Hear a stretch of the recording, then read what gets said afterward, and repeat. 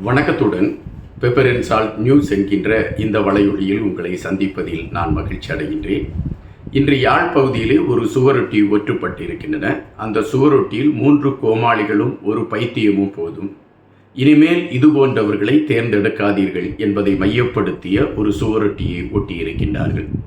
இந்த சுவரொட்டியில் அவர்கள் யாரை முதன்மைப்படுத்துகிறார்கள் என்கின்ற கேள்விக்குள் நாம் போகின்ற பொழுது மிக தெளிவாகவே எல்லோருக்கும் தெரிகின்ற ஒரு விடயம்தான்.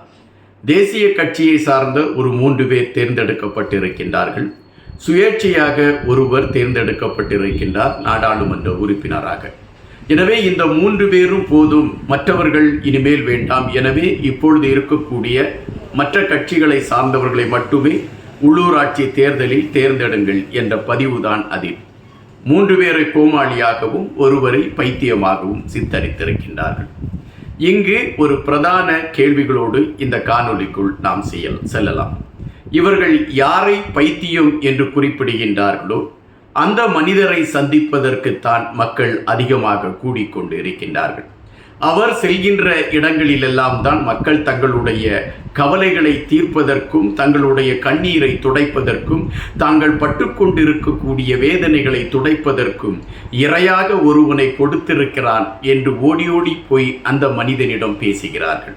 நீங்கள் யாரை பைத்தியம் என்று குறிப்பிடுகின்றீர்களோ அந்த பைத்தியம்தான் இன்று மக்கள் மத்தியிலே ஒரு மகத்தான தலைவராக வடிவம் காண தொடங்கி இருக்கிறார் என்றால் அந்த மனிதனிடம் நேர்மை இருக்கிறது, நியாயம் இருக்கிறது, மக்களுக்காக களத்தில் நிற்க வேண்டும் என்கின்ற துணிவு இருக்கிறது, எவருக்கும் அஞ்சக்கூடாது என்கின்ற எண்ணம் இருக்கிறது. அந்த எண்ணத்தின் அடிப்படையில் அந்த மனிதனுடைய பயணம் தொடர்ந்து கொண்டிருக்கின்றது. எதற்காக உங்களுக்கு இந்த காழ்ப்புணர்ச்சி? தற்பொழுது தமிழ் கட்சிகளை பொறுத்தமட்டில் அவைகள் சிதறி நிற்கின்றன. சில கட்சிகள் கூட்டணியை அமைத்திருக்கின்றன. சில கட்சிகள் வலுக்கட்டாயமாக கூட்டணி இருந்தால்தான் நாம் தேசிய கட்சியை வெற்றி பெற முடியும் என்கின்ற களத்திலே அவர்கள் ஒன்றிணைந்திருக்கின்றார்கள்.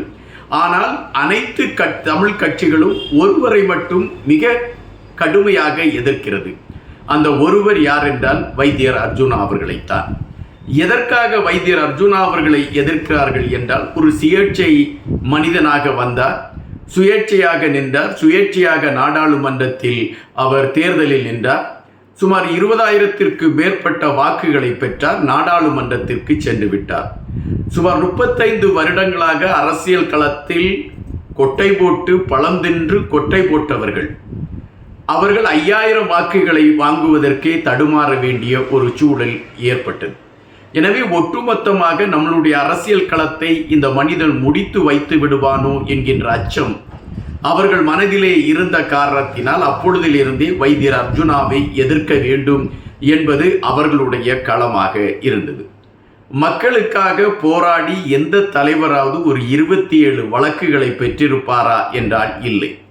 ஆனால் தொடர்ச்சியாக வைத்தியர் அர்ஜுனா மீது தொடர்ச்சியாக வழக்குகள் பதிவாயின. அதுபோல அந்த வழக்குகளில் அவர் நீதிமன்றத்தில் சென்று அந்த வழக்குகளுக்காக அவர் ஆஜராகிவிடக் கூடாது என்பதற்காக சுமார் 1.5 மாதம் அந்த வழக்கில் இருந்து வழக்கில் பெரும் சிக்கலில் அவரை மாட்டிவிட வேண்டும் என்று ஒரு கட்சியை சார்ந்தவர் அவரை அந்த வழக்கு விசாரணைகளில் கலந்து கொள்ள விடாமல் தடுத்த நிகழ்வுகளையும் நாம் அறிவோம். எனவே வைத்தியர் அர்ஜுனா மீது இவர்களுக்கு பெரிய காழ்ப்புணர்ச்சி. மக்கள் மன்றத்திலே பல கருத்துக்களை எடுத்து வைத்து பார்த்தார்கள். அதிலே அவர்களால் வெற்றி காண முடியவில்லை. மக்களை பொறுத்த மட்டில் வைத்தியர் அர்ஜுனா என்கின்ற ஒரு அலை வீச தொடங்கிவிட்டது. இனி இதை எப்படி தடுப்பது என்று சிந்திக்க ஆரம்பித்தார்கள். சிந்தித்தவர்களுக்கு துணிவு கூட இல்லை. இவரைத்தான் நாங்கள் பைத்தியம் என்று சொல்கின்றோம், இவர்களைத்தான் நாங்கள் கோமாளி என்று சொல்கிறோம், இவர்களை நீங்கள் தேர்ந்தெடுத்தது இனி போதும், இனி இதுபோன்ற ஆட்களை தேர்ந்தெடுக்காதீர்கள் என்று பெயர்களை குறிப்பிட்டு சொல்வதற்கு அவர்களுக்கு தைரியம் இல்லை. எனவே மறைமுகமாக 3 கோமாளியும் ஒரு பைத்தியமும் போதும் என்று அவர்கள் அந்த சுவரொட்டியை அடித்து ஒட்டி இருக்கிறார்கள். அப்படி என்றால் அவர்களுக்கு பயம் இருந்து கொண்டே இருக்கிறது. இன்னும் வைத்தியர் அர்ஜுனா அவர்களுடைய வளர்ச்சி பெரிய வளர்ச்சியாக மாறிவிடுமோ, ஒட்டுமொத்தமாக நம்மளுடைய அரசியல் களம் ஒன்றும் இல்லாமல் போய்விடுமோ என்கின்ற பயம் அவர்கள் மத்தியிலே இருக்கின்றது. அந்த பயத்தின் வெளிப்பாடாகத்தான் இப்படி கோழைத்தனமான செயல்களை அவர்கள் செய்கிறார்கள். அவர்கள் செய்யக்கூடிய இந்த கோழைத்தனம் வைத்தியர் அர்ஜுனாவிற்கு இன்னும் ஒரு விளம்பரத்தை தான் பெற்றுக் கொடுக்கும். எப்பொழுதுமே விமர்சிக்கப்படக்கூடிய மனிதர்தான் மக்கள் மன்றத்திலே அதிகமாக ஆழ பதியக்கூடிய ஒரு களத்தை எடுப்பார். நீங்கள் இப்பொழுது ஒரு கோமாளி அல்ல ஒரு பைத்தியம் என்று நீங்கள் குறிப்பிட்டிருக்கின்றீர்கள். இந்த பைத்தியம் யார் என்று மக்கள் தேட ஆரம்பிப்பார்கள். மக்கள் அதற்கான களங்களை தேடி பார்க்கின்ற பொழுது, ஓ, வைத்தியர் அர்ஜுனாவைத்தான் இது போன்ற வார்த்தைகளால் குறிப்பிடுகிறார்களோ என்கின்ற எண்ணம் மக்கள் மத்தியிலே தோன்றுகின்ற பொழுது, நமக்காக பேசுகின்ற ஒரு மனிதரை இப்படி கேவலமாக கொச்சைப்படுத்துகிறார்களே என்று மக்கள் வைத்தியர் அர்ஜுனாவிற்கு பின் திரளக்கூடிய ஒரு களம் உருவாகும். எனவே நீங்கள் நன்மைத்தான் செய்திருக்கின்றீர்கள், கோழைத்தனமாக நீங்கள் செய்தால் கூட அதிலே நன்மை இருக்கிறது என்பதை நாம் இங்கு பதிவு செய்ய வேண்டியதாக இருக்கின்றது. தற்பொழுது உள்ள சூழலில் வைத்தியர் அர்ஜுனா அவர்கள் செல்லக்கூடிய பிரச்சாரங்கள், அவருடைய அந்த அணியை சார்ந்தவர்கள் செல்லக்கூடிய பிரச்சாரங்கள், இவைகள் அனைத்திலுமே பெருவாரியான மக்கள் அவர்களுக்கு ஆதரவாக நிற்கக்கூடிய களம் இருக்கிறது என்பதை நாம் பார்க்க முடிகின்றது. நாம் அறிந்த வகையில் பல நண்பர்களை நாம் தொடர்பு கொண்டு கேட்டோம். இந்த ஊசி என்கின்ற அந்த சின்னத்தில் போட்டியிடுகின்ற வைத்தியர் அர்ஜுனா அவர்களுடைய அணிக்கு அங்கு எப்படி ஆதரவு இருக்கிறது என்று கேட்ட பொழுது பெரும்பாலானவர்கள் எடுத்து வைத்த கருத்து ஒரே ஒரு கருத்தை தான் சொன்னார்கள். ஊசிக்கு இந்த தடவை வாக்களிப்போம், காரணம் எங்களுக்காக அந்த மனிதர் நிற்கிறார், நாங்கள் அவருக்கு செய்யக்கூடியது இது ஒன்றுதான் கைமாறு, அதை நாங்கள் செய்துவிட்டு போய்விடுகிறோம் என்று மக்கள் சொல்லக்கூடிய ஒரு களம் இருக்கிறது. எனவேதான் இப்படி ஒரு மக்கள் மத்தியிலே இப்படி ஒரு மாற்றம் ஏற்பட்டு விட்டது.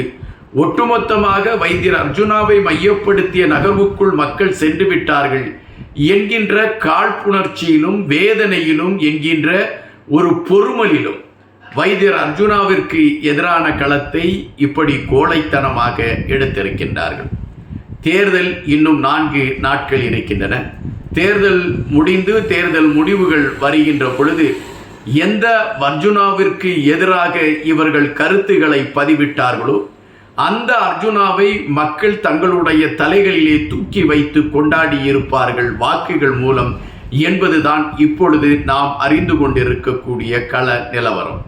இது யாரையாவது துதிபாட வேண்டும், யாருக்காவது ஒரு துதி வார்த்தைகளை பேச வேண்டும் என்கின்ற அடிப்படையில் இந்த கருத்துக்களை எடுத்து வைக்கவில்லை. அங்கு இருக்கக்கூடிய மக்களுடைய மனநிலை என்ன என்பதை புரிந்து அதனை வெளியே கொண்டு வர வேண்டும் என்கின்ற நிலைப்பாட்டில்தான் இந்த கருத்துக்களை உங்கள் முன்னால் நான் பதிவிடுகின்றேன். நீங்கள் பொறுத்திருந்து பாருங்கள். மே 6க்கு பின் வைத்தியர் அர்ஜுனா அவர்கள் ஒரு அங்கீகரிக்கப்பட்ட ஒரு தலைவராக அடையாளப்படுத்தப்பட்டிருப்பார் என்பது மாற்று கருத்தில்லை. நீங்கள் நாளையும் இது போன்ற சுவரொட்டிகளை நீங்கள் ஒட்ட வேண்டும்.